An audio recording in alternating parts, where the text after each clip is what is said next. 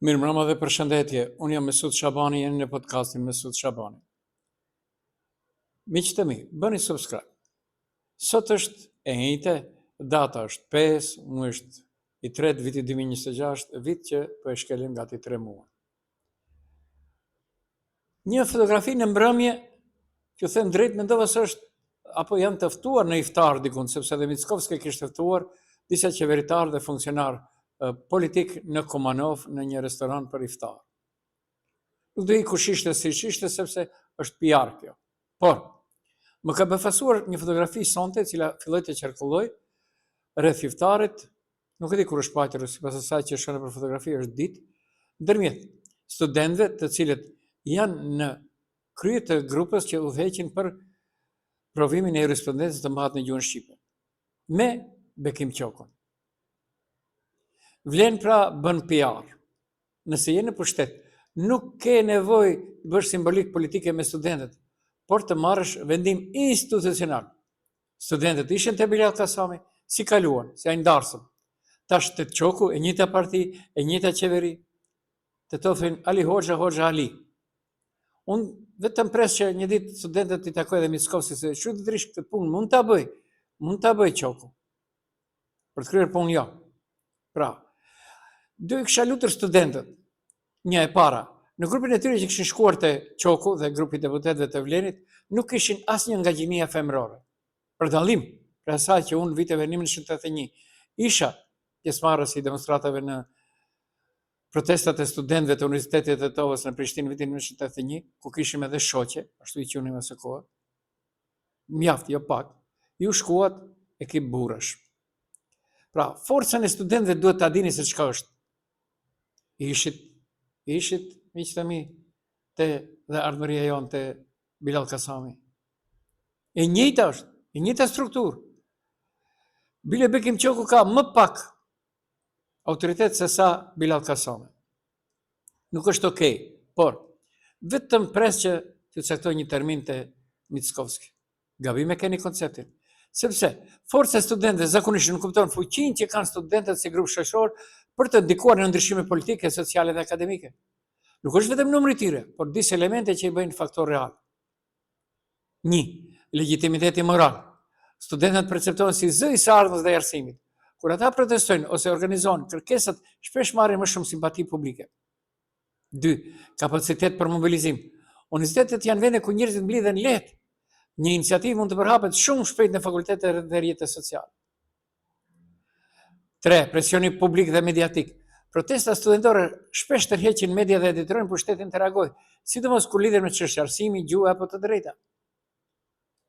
Dhe 4. Historia tregon ndikim real.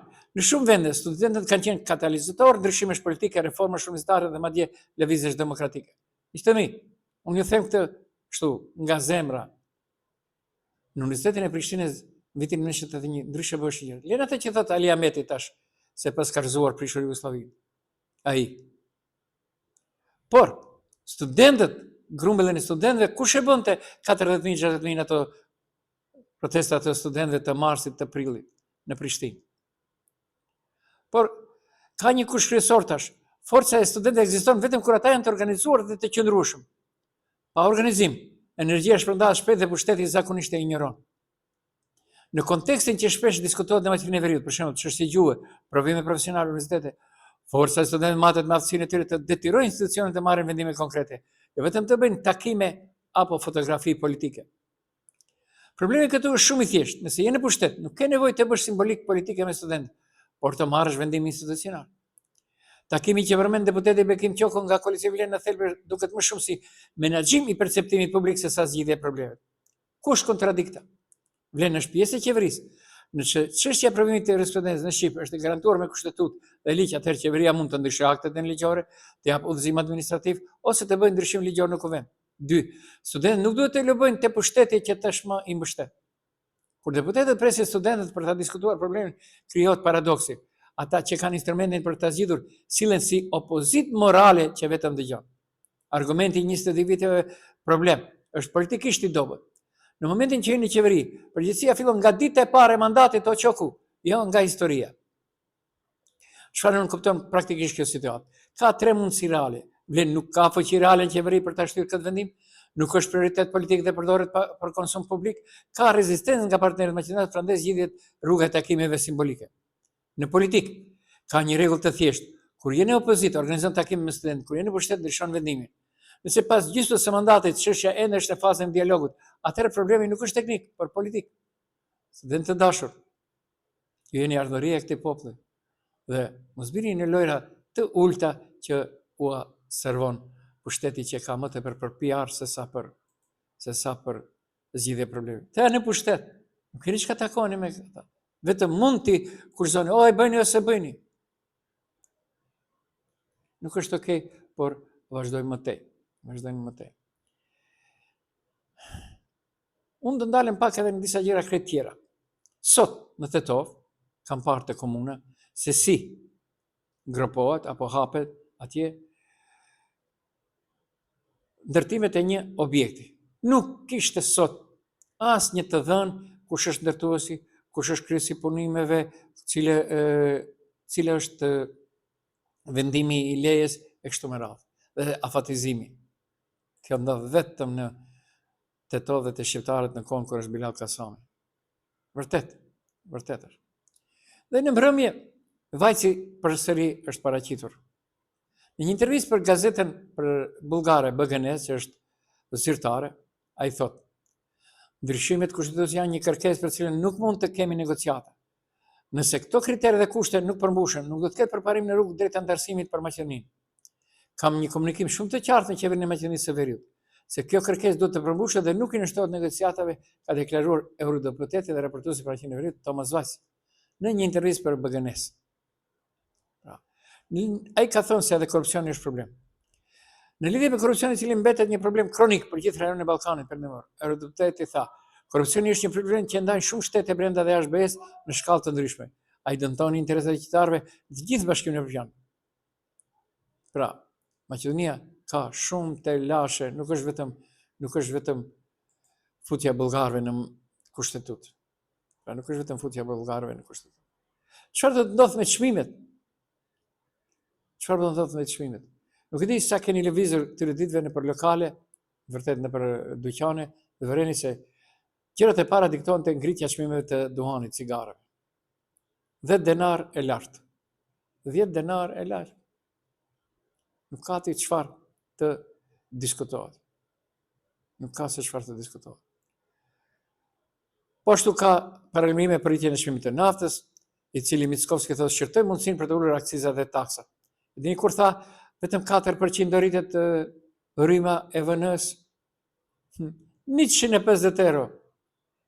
E 4% u përkthye në gjuhën e konsumit.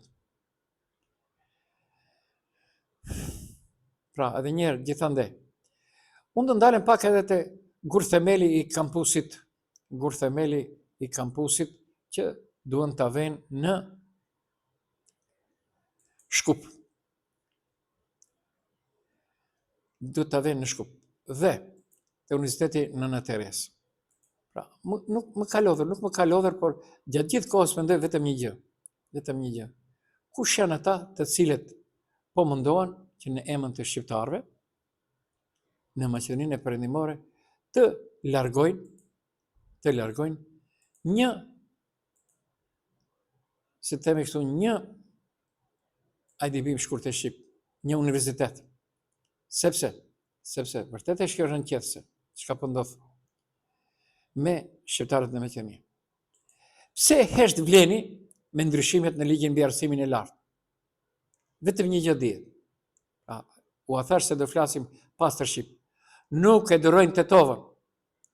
Vëmëro mundohet ta kthejë ndikimin sikur në kohën e komunizmit në Shkup. Plus tash edhe mbi arsimin shqiptar. Pra qëllimi është dobësimi ose mbyllja e ushtrisë.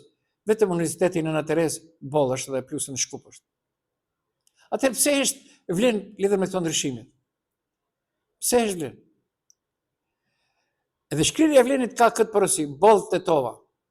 Vëmëro dhe politikbërësit e bllokut Maqedonisë me SES-ën vlen mund deri në shtator të gëzohen.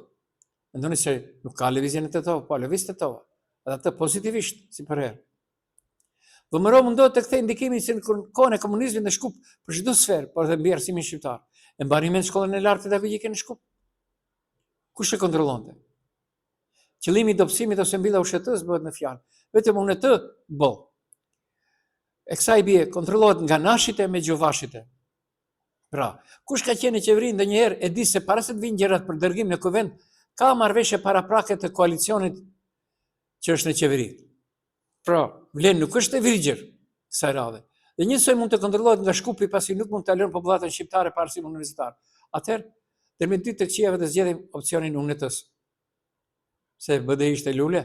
Po BDI për 20 vite e shkatroi dhe shpërndau gjithandej vetëm të largonte nga Tetova Universitetin Shtetëror të Tetovës.